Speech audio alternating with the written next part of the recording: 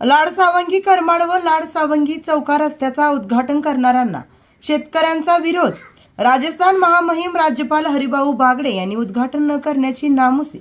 करमाड प्रतिनिधी लाडसावंगी करमाड व लाडसावंगी चौका जिल्हा मार्ग बदलून राज्य महामार्ग करण्याचा राज्य शासनाने निर्णय घेतला आहे।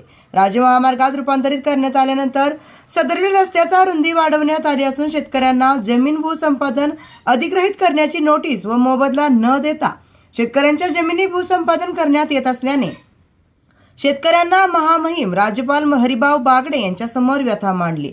महामार्गावरील विरोध नाही, मात्र जमीन भूसंपादन करून त्याचा मोबदला देऊन रस्त्याचे रुंदीकरण काम चालू करावे अशी व्यथा शेतकऱ्यांनी श्री बागडे यांच्या समोर व्यक्त केली।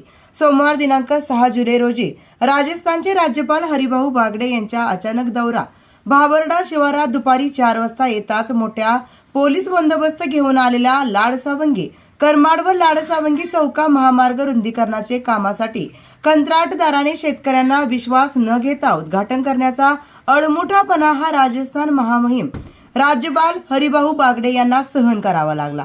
उद्घाटनाला भांबर्डा, दुधड, लाडसावंगी, पिंपळकुटा येथील शेतकऱ्यांनी विरोध दर्शवला। त्यांची चर्चा करत, समजूत काढत शेतकऱ्यांची व्यथा जाणून घेऊन उद्घाटन न करता शेतकऱ्यांची चर्चेच्या वेळ घालण्याची नामुकी राज्यपाल श्री बागडे यांच्यावर आली।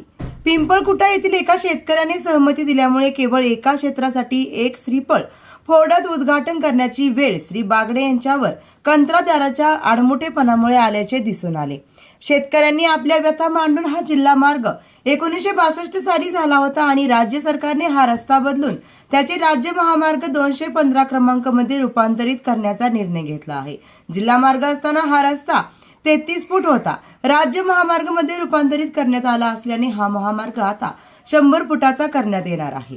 सदरील रस्त्याची रुंदी वाढवली असताना शेतकऱ्यांनी जमीन भूसंपादन अधिग्रहित करण्याच्या कसल्याच नोटिसा देण्यात आल्या नाही। राज्य सरकारने मोबदला न देता शेतकऱ्यांच्या मालकीच्या जमिनीवर कंत्राटदाराने रस्त्याचे काम सुरू करण्याची घाट घातला आहे।